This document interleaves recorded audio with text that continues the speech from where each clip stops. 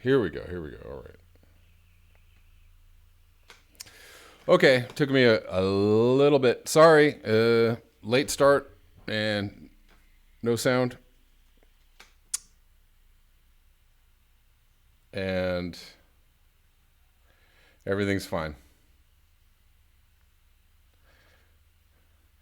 You got it. No donation necessary, Poppy. Right. I got it.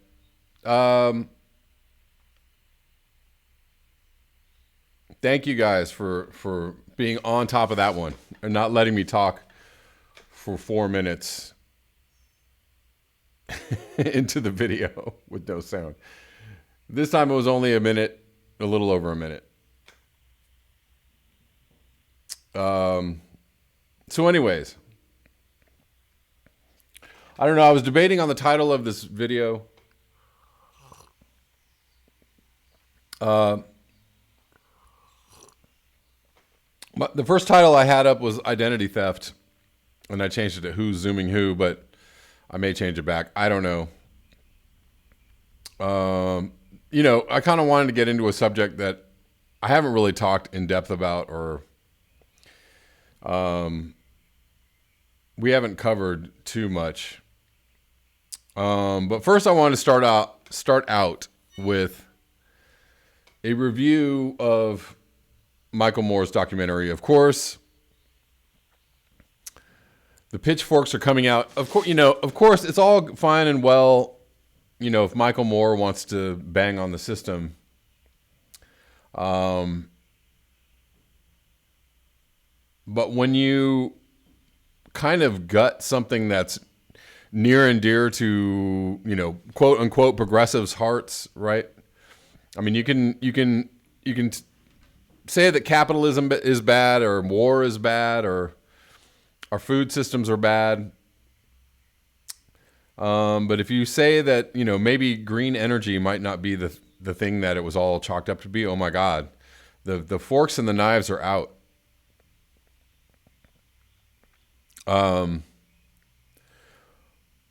And it's what's interesting, of course, is that this, one of the main roads of attack on this documentary is, because they brought up overpopulation. Oh my God, it's racist. Or, oh my God, they're eco-fascists. Or, oh my God, they're, and it's pretty wild.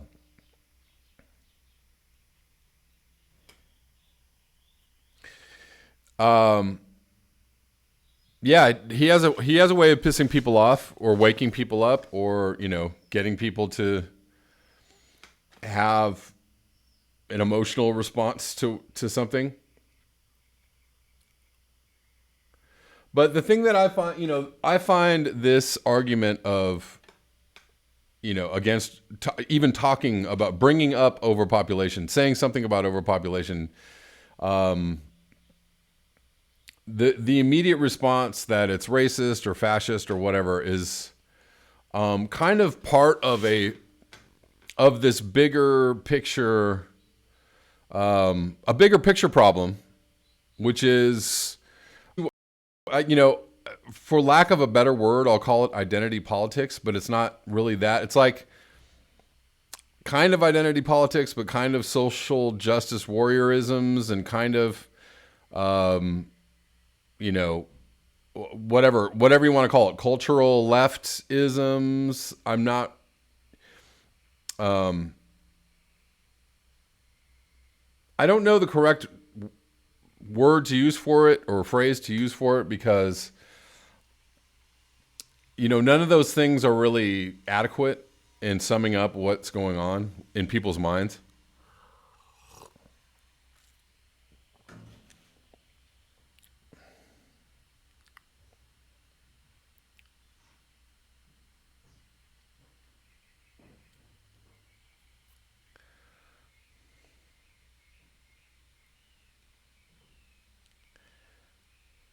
Jacob Gordon, exactly. The problem is that people are stupid. Yes.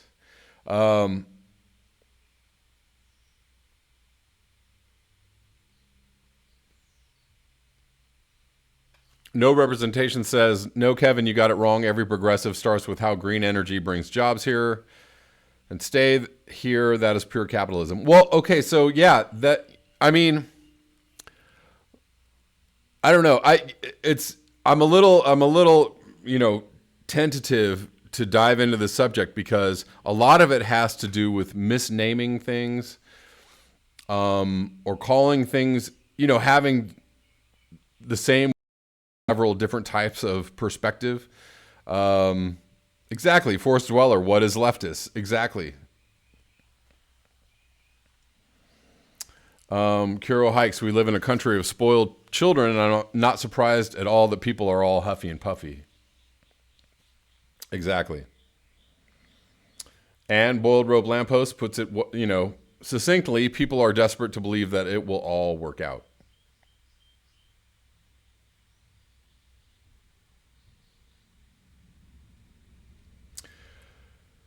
Yeah. But so here, here's the thing that I want to get into with this. Well, first of all, let me read this review. And then we'll kind of talk a little more about this. But this review is, I'll read it. You guys can critique it. I've already critiqued it. I've already read it and critiqued it. Michael Moore produced a film about climate change that's a gift to big oil. So, of course, they're saying that, telling us that green energy might be a bad thing is a gift to big oil. However, if you actually watched the documentary, they talked about how much big oil was actually involved in the green energy. So how is green energy not already a gift to big oil? And certainly it's a gift to our current paradigm and our current rapacious capitalistic model. Planet of the Humans deceives viewers about clean energy and climate activists. Okay. Last week marked the 50th anniversary of Earth Day. To celebrate the occasion, filmmaker Michael Moore dropped a new movie he produced, Planet of the Humans. In less than a week, it has racked up over 3 million views on YouTube. But the film, directed by Jeff Gibbs, a long-time Moore collaborator, is not the climate message we've all been waiting for. No. Or is that not the climate message that you wanted?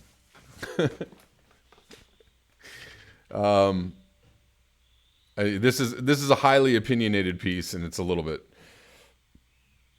on the silly side. It's a nihilistic take riddled with errors about clean energy and climate activism. All right. With very little evidence, it claims that renewables are disastrous and that environmental groups are corrupt. I don't know. The documentary was, an hour and a half? I think they provided a lot of evidence in there. They spent an hour and a half providing evidence, so very little evidence. I'm not really sure what she's talking about. What's more, it has nothing to say about fossil fuel corporations who have pushed climate denial and blocked progress on climate policy for decades. Given the film's loose relationship to facts, I'm not even sure it should be classified as a documentary. Okay. Oh, by the way, this is written by Leah C. Stokes.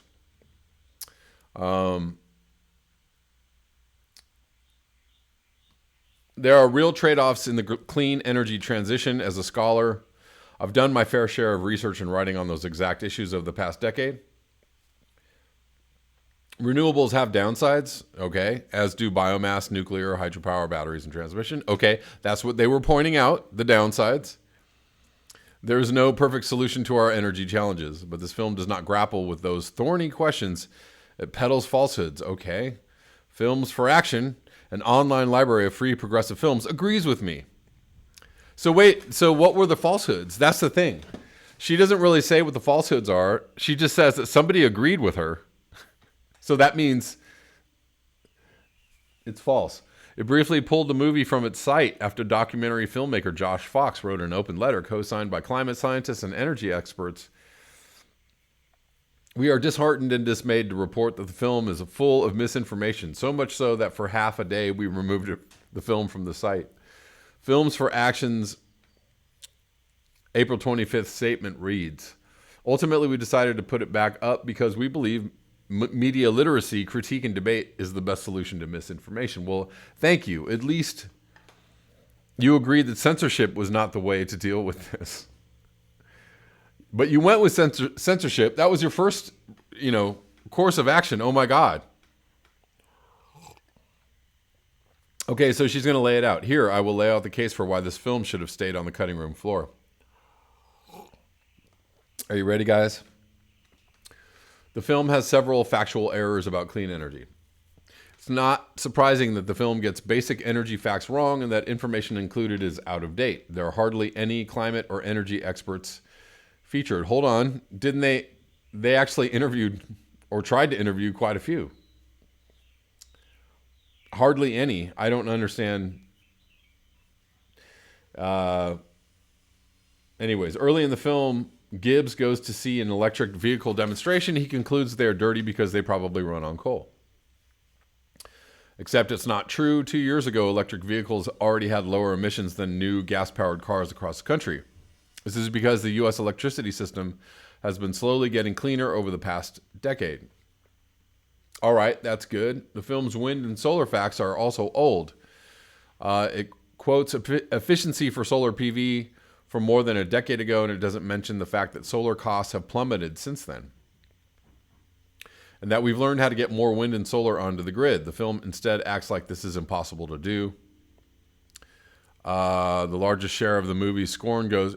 No, they don't act like it's impossible to do. They're saying in order to get all of those things onto the grid and get them working, you actually need a fossil fuel infrastructure. That's actually what they said. And you also need to mine minerals that are difficult to get and also extremely costly on an environmental level to get, and also extremely costly to the local population in the places where those mines are located. The largest share of the movie's scorn goes to biomass, which it should. It actually should. Generally, burning wood, which supplied less than 2% of the U.S. electricity mix last year. But the filmmakers obscure that fact, showing graphs that imply biomass is leading to forest destruction across the U.S. It is leading to forest destruction across the U.S. When Gibbs questions environmental activists about biomass, they tell him it's complicated because, well, it is. Okay, so that was totally fine for her.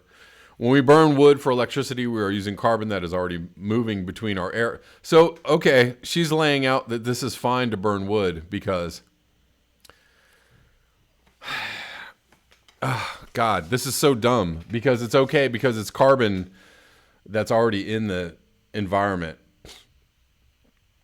She doesn't really take up the idea that she doesn't really refute the idea that cutting down, whole forests to burn for our energy is what's being proposed. By contrast, when we dig up and burn fossil fuels, so we're using carbon that is already moving between our air, oceans, and land. Okay, right. By contrast, when we dig up and burn fossil fuels, we're bringing carbon up from underground. Don't forget that all of this stuff takes fossil fuels in order to do. That is how we got increasing carbon levels in our atmosphere and oceans. Burning fossil fuels, not wood, is the main cause of climate change. Yes, but she's talking about... Anyways, it's a basic fact that I teach to my undergraduates, but the filmmakers neglected to learn it. But they're not talking about climate change, my dear. They're talking about... they are talking about destruction, environmental destruction, wholesale. As in, chopping down whole forests full of trees in order to burn it for energy. Whether that adds to the carbon budget or not, that's not good for the environment. So she's not saying anything about that. That said, biomass can be, and often is, here she does, done poorly with significant environmental harms. And it's happening right now. So I don't know why she's not really bringing that up. Scientists have raised concerns over the European Union's incentives for renewables, leading to wood being shipped from North America, which is what they pointed out. Environmental groups, including the ones pilloried in the film, have criticized the injury. Oh, so that means everything's fine because they criticized the industry. Hold on. Hold on 1 second. So wait, it's false because environmental groups have criticized the industry. But you wouldn't learn any of these facts from watching Planet of the Humans. Wow. So she's saying these concerns are valid, but because environmental groups have criticized the industry, well, then everything is fine. Okay. Okie dokie. A biased take on the environment movement. There are critiques that can be made of environmental NGOs. By the way, activists are portrayed in this film. The way activists are portrayed in this film is inaccurate. One of the film's main thesis is that the climate movement is captured by corporations. As Gibbs puts it, environmentalists are leading us off the cliff. The evidence for this assertion, the Union of Concerned Scientists' support for electric vehicles, Sierra Club's promotion of solar, and the fact that 350.org has received funding from environmental foundations. I fail to see how any of these facts are problematic. Yeah, but what they're trying... Oh, geez, it's like she didn't even watch this movie.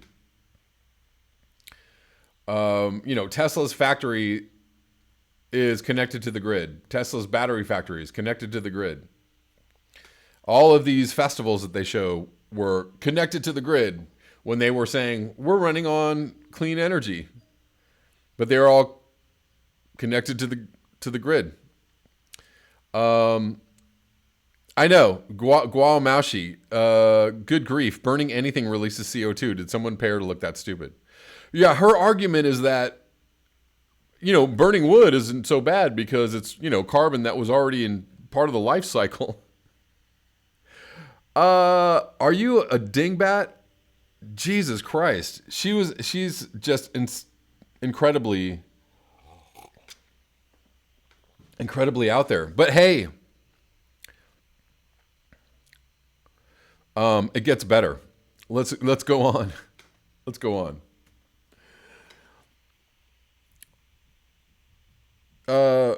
So she fails to see how these facts are problematic. The fact that that they're pushing things that require fossil fuel energy and environmental destruction and mining and connection to the grid and fossil fuels. All these things are connected to the fossil fuel industry, which these environmental groups are pushing, and she fails to see how these are problematic. Okay, so she watched the movie, she just didn't actually absorb anything from the movie because she decided that this was bad. Or maybe she's being paid to say that this is bad. Who knows? She writes for Vox. The most egregious attack is made against Bill McKibben, a dedicated and kind environmental leader. Oh, they're so mean to him. They're like Bernie Bros. They're mean. As he has said, he has never taken any money for his environmental activism with 350.org. Okie dokie. Watching this film, you might mistake him for a robber baron. Okie dokie. But why is he shilling for these corporations? That actually remains to be answered. So if he's never taken money for his environmental activism with 350.org, does that mean he hasn't taken any money for his shilling for these corporations? Okay. Anyways, McKibben wrote to the filmmakers to clarify his views. They did not write back, as he put it. That seems like bad journalism and bad faith. Well, does it seem like bad faith to push your environmental group that's called 350.org that has nothing to do with reality because we're at 415.org? We're at 415 parts per million.org, Bill McKibben. So how do you even keep pushing this organization that you started.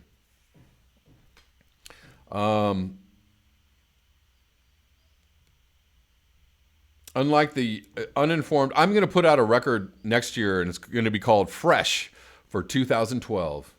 Unlike the uninformed contrarians behind this film, McKibben spent his Earth Day talking with young activists and pushing banks to stop funding fossil fuels.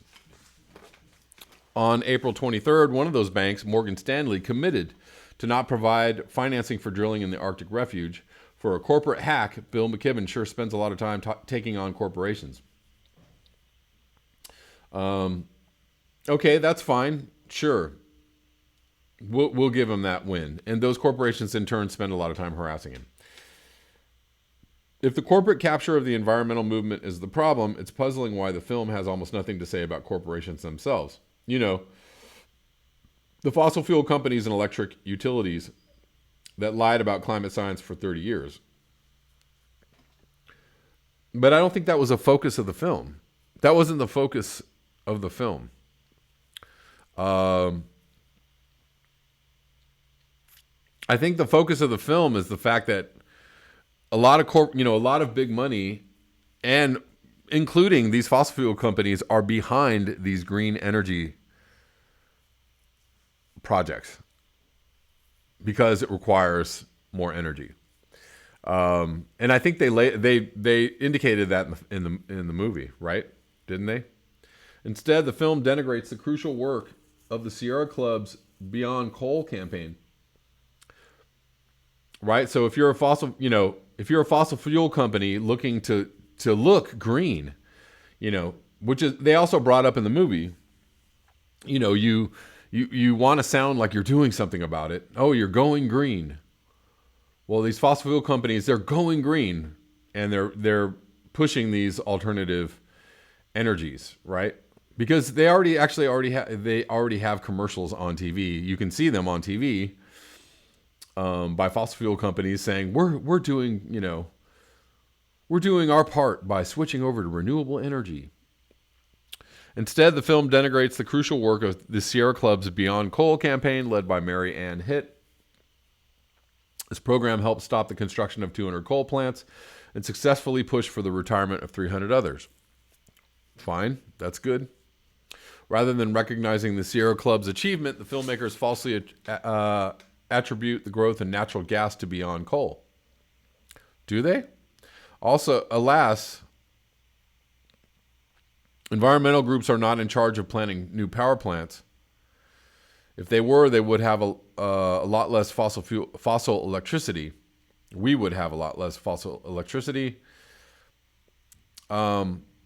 Utilities propose power plants to regulators who approve them. Over the past decade, electric utilities have proposed an enormous amount of new gas facilities, which groups like the Sierra Club have opposed.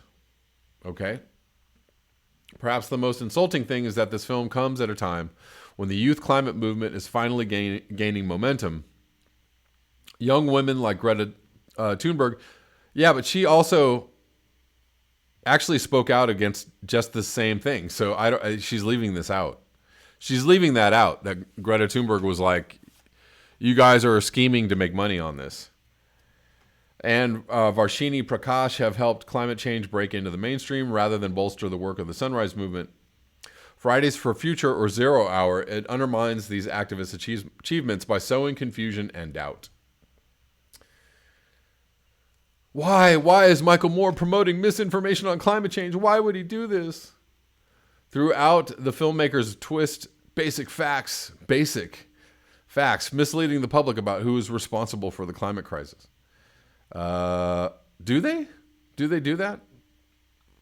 We are used to climate science misinformation campaigns from fossil fuel corporations, but from progressive filmmakers, that's new. Oh my gosh. Maybe you're not progressive and they are, or maybe you're confused about what progressive means. It's difficult to understand Michael Moore's motivations for blaming clean energy and environmental groups. He's not blaming, he's indicating what the problem is. His previous films like Roger and Me, Sicko, and Bowling for Columbine were centered on holding corporations accountable. Isn't this movie doing the same thing, though? It's doing exactly the same thing. But that was fine. More recently, he endorsed Senator Bernie Sanders at the same rally as climate champion Representative Alexandria Ocasio-Cortez.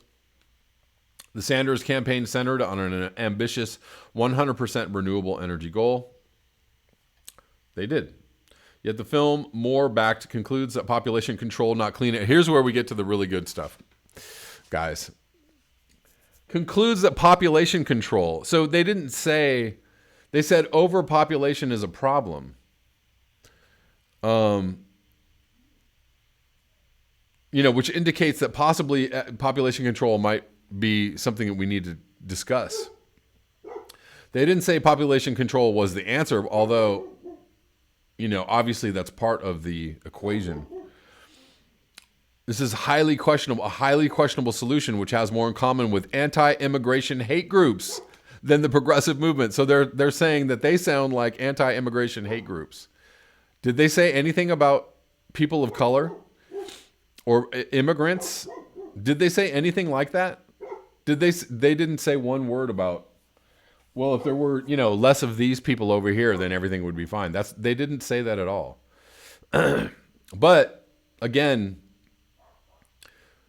so this whole identity politics thing that they're dredging up, to try and make it seem like they're in league, with hate groups, or it might be racist to propose to talk about overpopulation as a problem, is a problem, an extreme problem. And she goes on.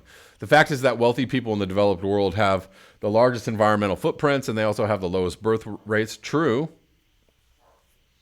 When this message is promoted, it's implying that poor people of color should have fewer children. No, but you're making that tie, not them.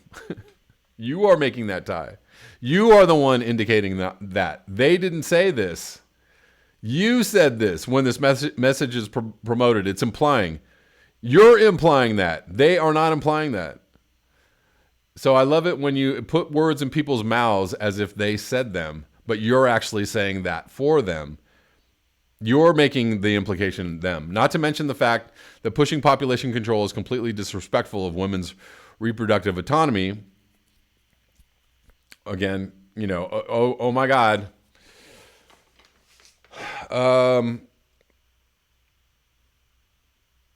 Notably, almost all the experts featured in the film are white men, of course. So there you go, guys. That's the reason to, because they're white men, that this is all bad.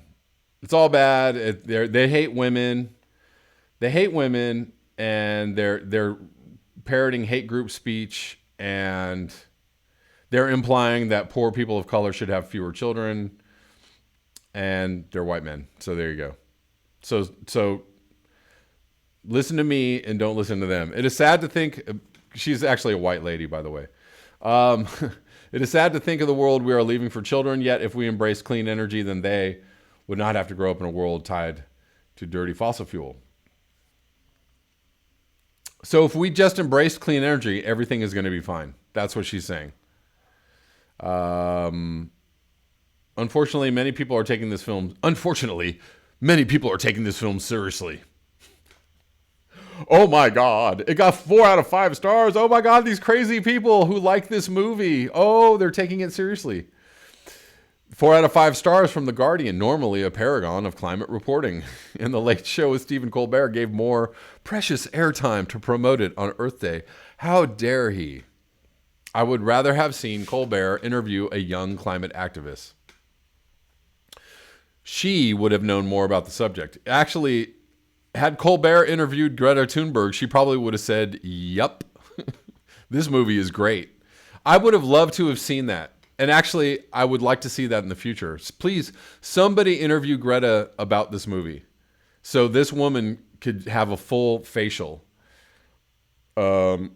We have already warmed the planet by more than 1°C. We are running out of time to scale up clean energy. Planet of Humans has sowed confusion at a time when we need clarity on the climate crisis. My only hope is that this film will be buried and few will watch it or remember it. Much like fossil fuels, it would be best left underground. Oh my God. So we need clarity on the climate crisis. Meaning we need her clarity. She's talking about my clarity. If it's not my clarity, if it doesn't agree with my clarity, then it's not clear. Anyways, did you guys enjoy that or did you hate that? I absolutely hated it.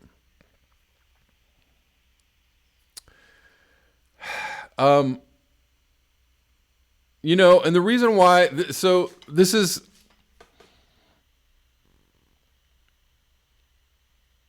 the reason why I bring up, you know, the whole like overpopulation equals racism thing and the, you know, her whole delving into identity politics is that, you know, there is a thing as structural racism and structural sexism. People are every single day, disenfranchised, oppressed, killed, being driven into the ground economically because of their color and their sex, their gender. That is absolutely true. However, you know, identity politics has become a tool to shut down conversations that people don't want you to have. And so it's incredibly disingenuous when it's not really warranted. It's just become this thing, you know, and it's all over the mainstream media. It's become a way to smear people, to tell people to stop listening to people, you know, to actually end conversations about things. Like, again, so my problem with, you know, I have a problem with people saying, you know, brown people should stop having babies. That's not the issue. Actually, you know, if you really wanted to get to the heart of it, people in industrialized countries should stop using so many resources. And that's mainly the wealthy. And the wealthy, you know, aren't all white people. There are a lot of white wealthy people, but, you know, anybody who's a rich movie actor or music star or professional sports player or, you know, filmmaker or, you know, all these people use hella energy, you know. All these people use incredible amounts of energy and resources because they earned it, you know, because they earned the right to do that. We should actually start there. But again, if we really, really lowered our fossil fuel consumption, if we took fossil fuels out of the picture, it would be very, very difficult to produce enough food for everybody on this planet to live. So we, you know, that has to be part of the discussion, which she didn't bring up at all in this article. Going south, we need more censorship. Indeed. She didn't actually say anything about Extinction Rebellion when she was talking about, you know, people who are environmentalists, you know, raising awareness around environmental issues. She didn't bring up Extinction Rebellion. Why? Because probably too radical for her. You know, again, this confusion with progressivism, you know, tied to social justice issues, like, I think is creating this like super mindfuck in people, and that they cannot have conversations around things. Or if you want to shut down the conversation around something, you just say, oh, it's a white man, you know, white man is saying it, so it's wrong. Or, you know, all Bernie bros are white guys, which is totally false. Right? That was one of the most, or is one of the most, disenfranchising, you know, fucked up, racist and sexist things to call somebody is a Bernie bro, right? Because so many Bernie supporters were people of color and women, right? But the media, the mainstream media, used this narrative that somehow if you were supporting Bernie, you were racist or sexist. And it worked. It was actually very effective. it worked to the point where I saw a lot of people repeating this trope over and over again. I also saw a lot of people of color who were Bernie supporters who were like, what are you talking about? So, but it's just used to inhibit conversations around things. It's used to squash movements and smash, people that you don't like, that the establishment doesn't like, right? So, of course, the big story about this Michael Moore film that's going to come out, the backlash is going to be, oh my God, he's talking about overpopulation. And that's immediately just a racist thing to do,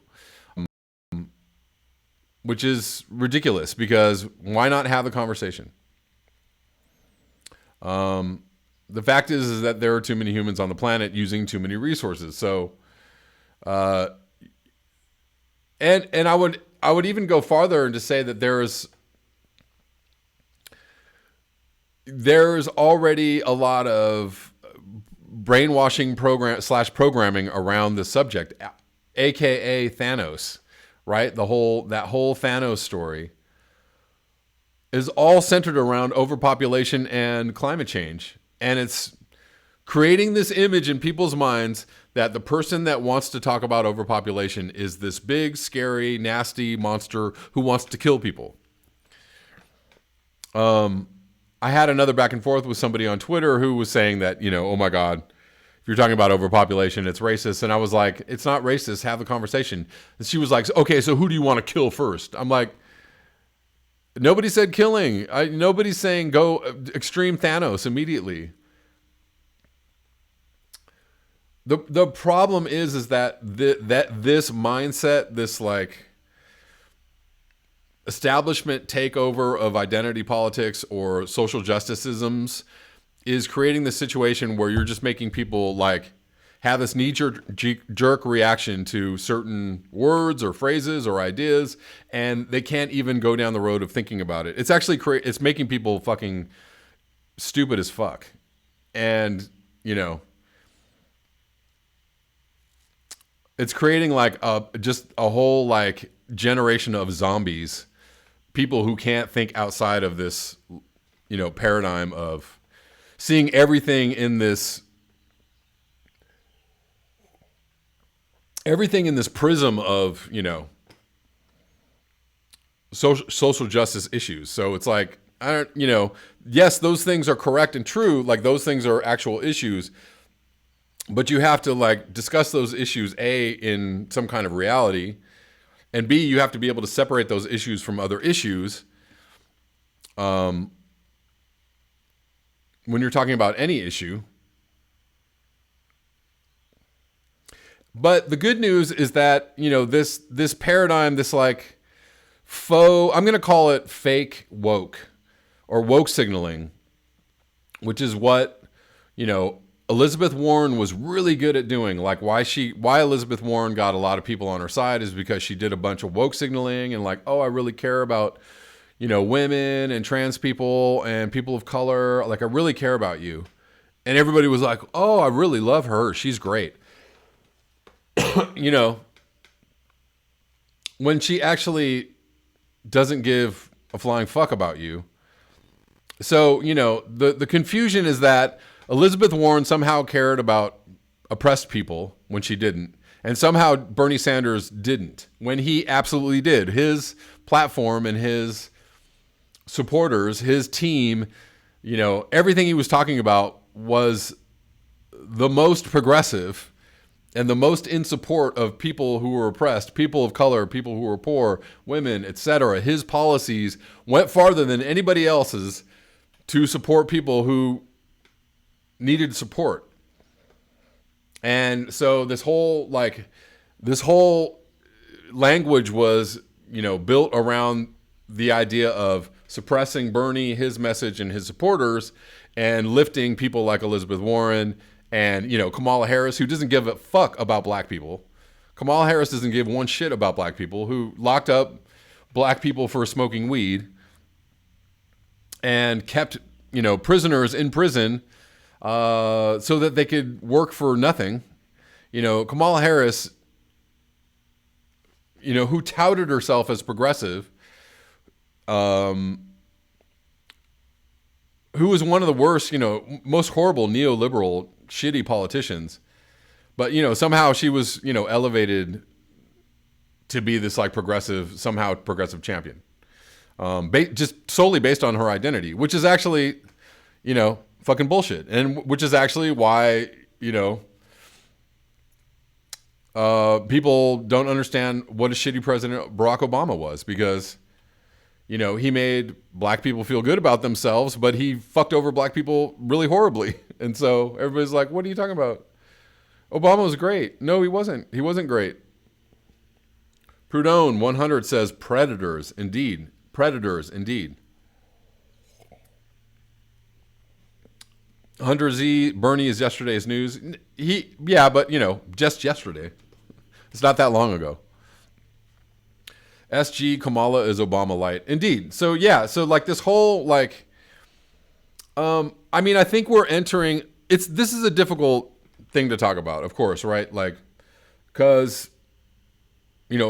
everybody exists. There's a big spectrum, and people exist all along all different parts of the spectrum, and all people have, some left tendencies and also some conservative, every person has within their own body, some, lefty traits and some conservative traits, right? Like nobody's, totally left or totally right. Plenty of conservative people have some, agree with some left policies. Plenty of progressive people agree with, maybe one or two conservative policies. There's lots of, people are all over the place. That's the thing. And so the issue, the fucked up thing about identity politics is that now it's being used as a tool to fuck people over in the fucking brain. And, and nobody knows which way is up anymore. And, but people try to run this shit on Facebook all the time. And it's just like, Jesus Christ, can you, it's not as bad as it used to be. It was like worse probably 4 years ago, but, it's why, half the reason why I rarely talk politics on Facebook, because people are still, their brains are still totally, completely eaten by this fucking bullshit mindfuck, whatever you want to call it. The thing is, even calling it identity politics is not correct. It's called, what it is like reactionary identitarianism. So it's like, if I just, if I can find a way to disenfranchise you because you're a bad person, or because of, who you are, what you look like, or what your genitals are, while posing as a progressive, liberal, while posing as somebody who is supposed to be compassionate and open-minded, if I can find a way to, strike you down or end the conversation or make you seem like a bad person, then I'll do that. Obviously, Kuro, I hate women and minorities, of course. I'm just a flaming racist. I know you are.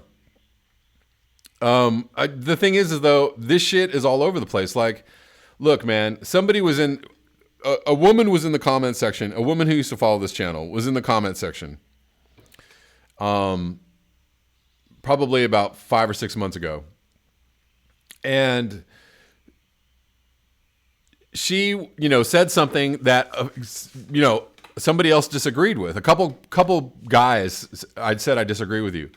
And she was like, you disagree with me because I'm a woman, or a woman can't state her opinion without getting, without being mansplained to or whatever. And like, they're like, no, we just disagree with your opinion. And like, and she started going really crazy. She started like telling them to fuck off and like, fuck you, men suck. And like, you guys are just terrible. And I hate, like, basically being completely sexist towards these guys. And it was like, I had to jump in because I was like, they're not disagreeing with you because you're a woman. Because they didn't. They weren't like, shut up, female. Shut up, lady. You don't know what you're talking. No, they were like, you made a point. I disagreed with your point. There was nothing like sexist about the way they disagreed. They just didn't agree with your point. But she made it like a sexist thing, and she started actually talking major shit to these guys. And I was like, look, you don't get to do that. And she was like, oh, but yeah, everything, men are just like it's always men's fault and women are always right. And I was like, no, that's actually not true. Women can lie and women can do really fucked up shit. That doesn't mean that all women lie and all women do fucked up shit. But it also doesn't mean that all men lie and all men do fucked up shit. Like, people are people. Humans are humans. Humans do fucked up shit. So, like, whatever. I told her, like, no sexism in the comments section. And she was just like, fuck off, male. Anyways, this has just become this ultimate mindfuck in the universe, in dialogue, all over social media, all over, whatever, all over progressive spaces, all over liberal spaces, all over liberal media. Right. Jacob Gordon, you don't have to be a man to have an incredibly ginormous ego, right? Like, as if, women don't commit crimes or don't sell their babies for crack. As if, a woman never lied, on a man. Not saying that women lie. That's the thing, is like, it's the extreme that's the problem. It's the extreme that's the problem. It's the, before, the reason why Believe Women became a hashtag is because the de facto, the knee-jerk reaction for years, if a woman, brought up something about, I'm being harassed, I'm being assaulted, I'm being whatever, the knee-jerk reaction was like, oh, whatever, she's just making up shit, or we're not going to listen to it, or we're going to sweep it under the rug, or whatever. That shit is wrong. That shit is fucking wrong. That shit is bullshit. I actually completely and totally support the hashtag Believe Women. But Believe Women doesn't mean never believe a man. Believe Women doesn't mean women are always right. That's a total conflation of the hashtag Believe Women into something that's fucking doesn't make any sense on any fucking level, right? Like, that's illogical. Women are always tell the truth and men always lie. Both of those things are the most illogical things that you could ever fucking think, ever. So, like, whatever. Or white people are always wrong and black people are always right. Totally fucking illogical. That doesn't mean that white people can be fucking wrong as hell, and black people can be right as hell. That doesn't mean that. It just means, thinking stupid shit like that is thinking stupid shit like that. Anyways, whatever. Bugs says toxicity isn't exclusive to one gender. Indeed.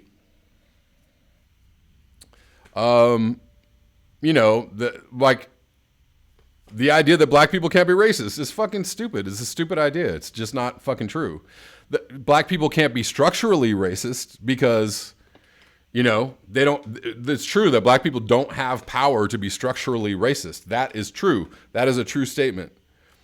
But do black people have power to be interpersonally racist? Can a black person be racist to another person that they know? Like, me to you?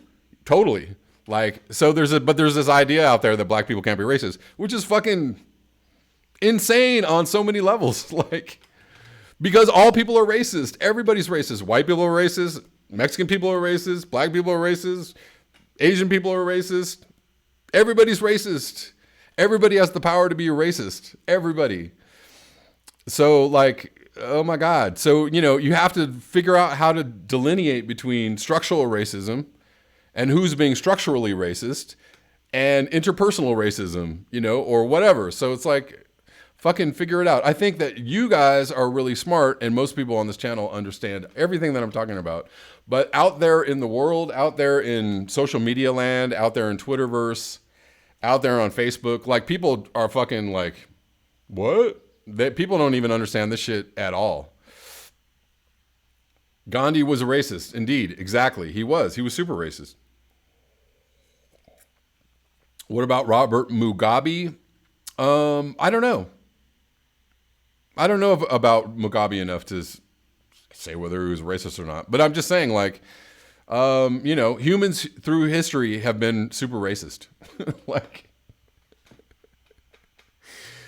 exactly. Doomhound. I'm racist against the human race. Right. And then you have human supremacy, which means, right? Like, nobody ever talks about human supremacy, which is humans are just better than everything else, which is, I don't know if that's a form of racism, but I don't know, a form of speciesism, right?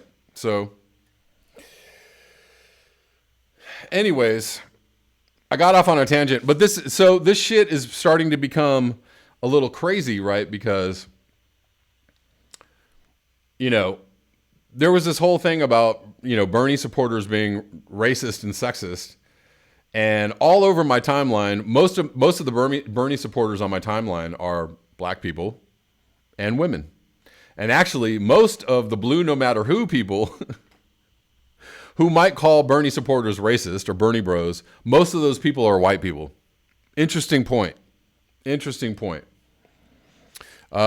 you, Doomhound. I'm glad you liked the tangent. But it's just, I really hate the fuck out of racist people. Like, I really do hate the fuck out of racist people. But I just like, and I hate racism with a passion. But I also hate people conflating, people actually going out and being racist, like, and being supposedly against racism, or being sexist and being supposedly against sexism.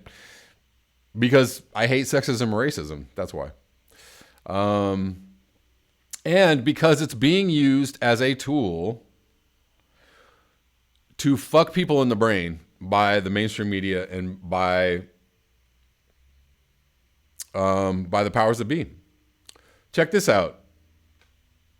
This is going to start getting really fucking weird right here.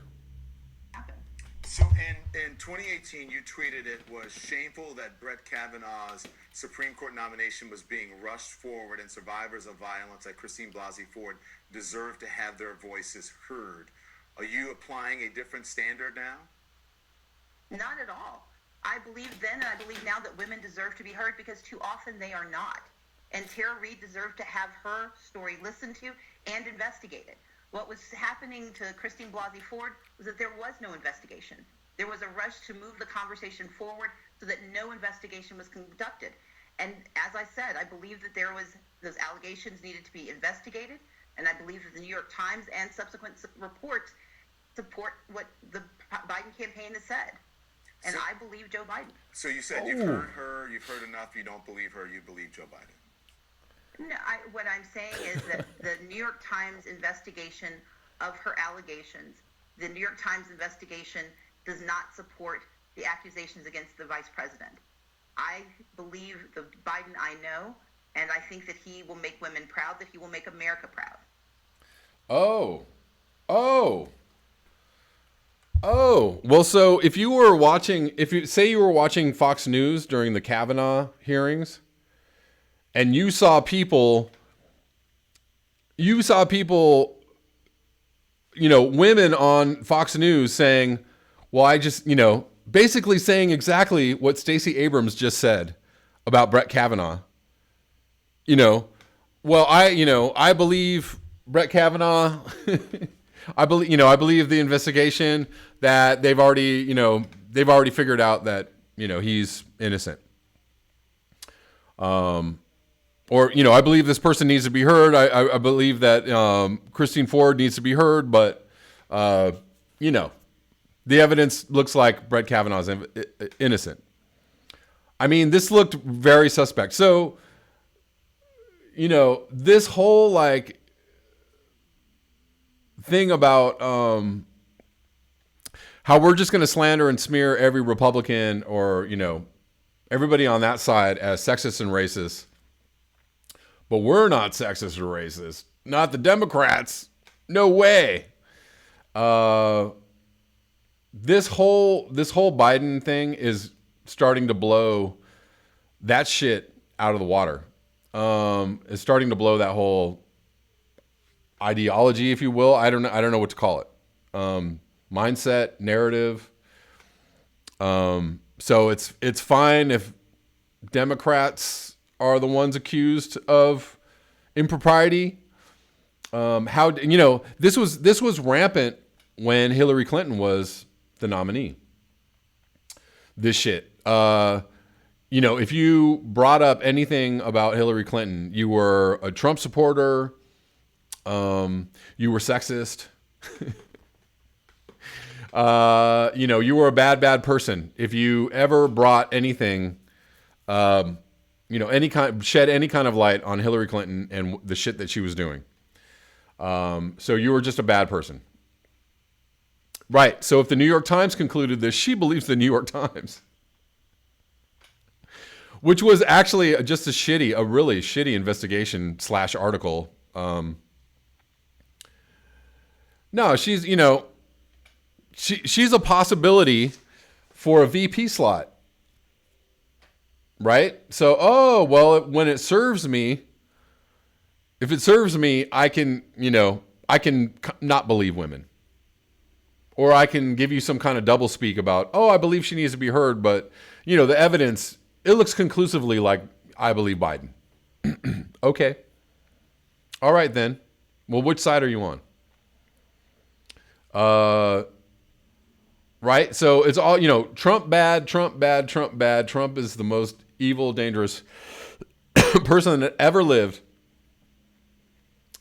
But Biden, good guy. Good guy. And this even kind of folds into the narrative that Biden, you know, why people support Biden. Why do they support Biden? I mean, Biden's policies, you know, who was it that wrote an op-ed about how terrible Biden was for black people? Was it Nina Turner? I think it was. You know, but it didn't matter because Bernie was racist and Bernie supporters were racist, and Biden, you know, Biden somehow loves black people because Obama. You're right. Like, none of it makes any fucking sense. Like, none of it lines up with fucking logic. So, like, what do you like? You know, are you against racism or not? Are you against sexism or not?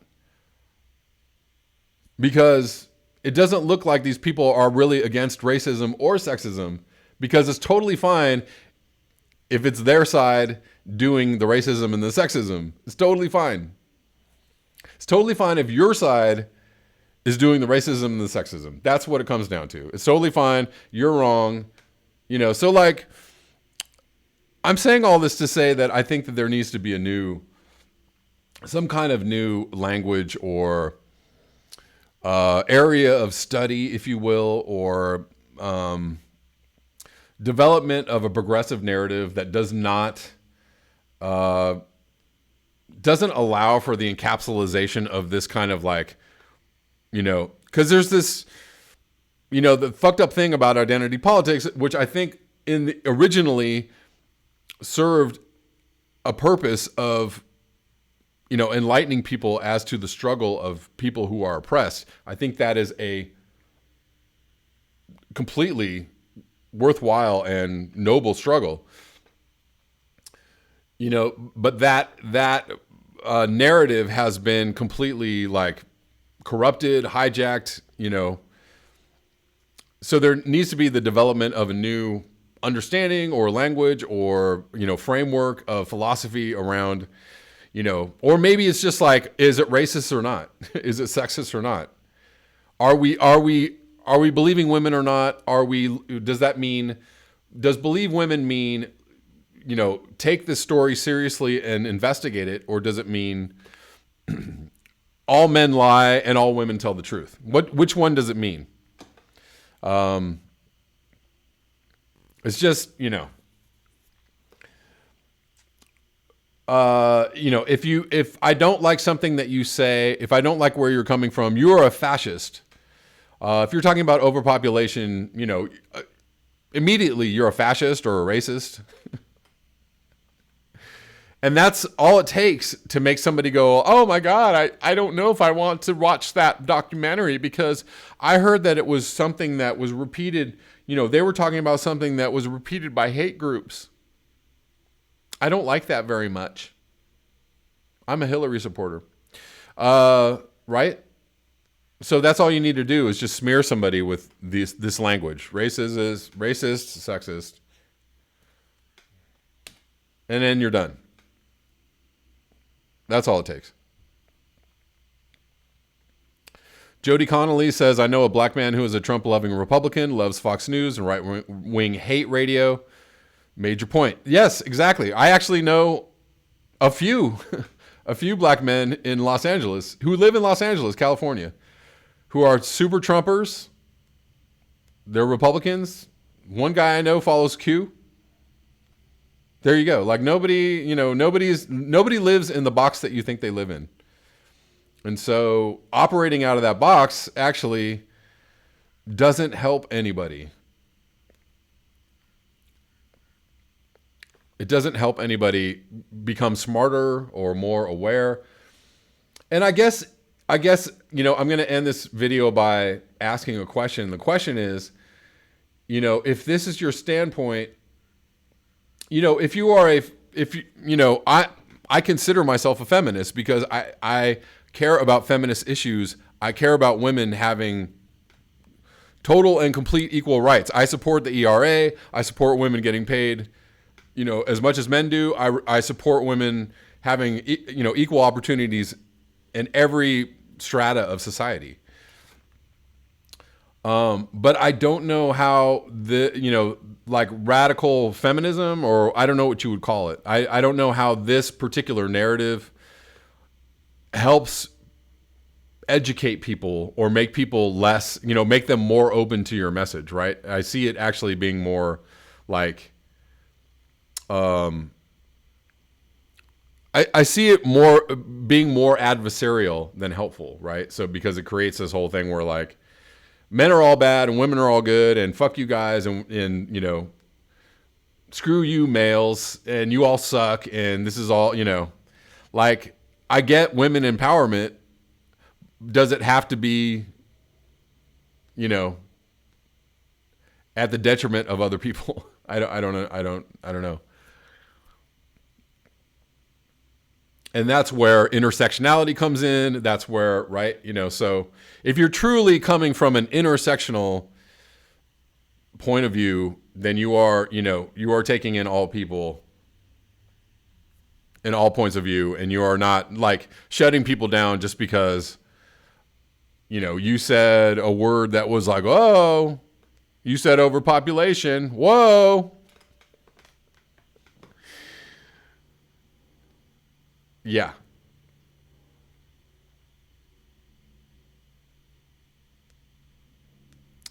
Rosa Remen, get your filthy paws off me, you damn dirty human. Anyways, random rants today.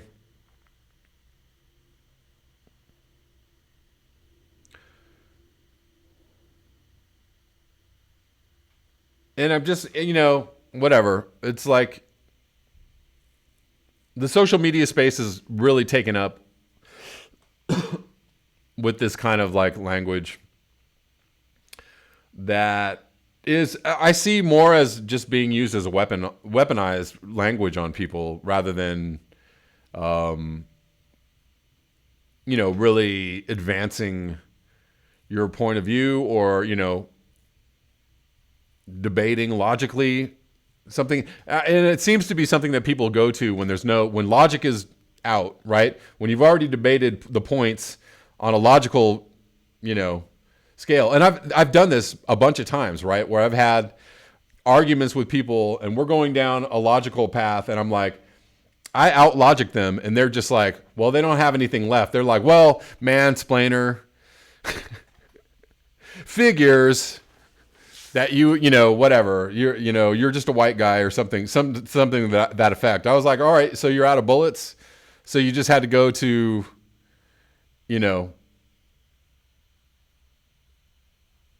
I'm just a white guy, so why would you listen to me anyways? Okay, whatever. You didn't prove your point. And it's the same thing that, anybody does. It's like, well, if you can't prove your point logically, then, try to, down somebody on another level, whatever. Last Monkey says, I'm not a racist. I hate everyone equally. Natural Progressive, thank you so much for the super chat. That was a great rant. I think I'm almost out of my time. I just want to thank you guys for the super chats. And then, just to round out this, I had some other super chats, and I'm sorry that here we go. Basil Peterson, thank you for the super chat. We are so fucked. I believe in Mother Nature. Was that it? I think that was it.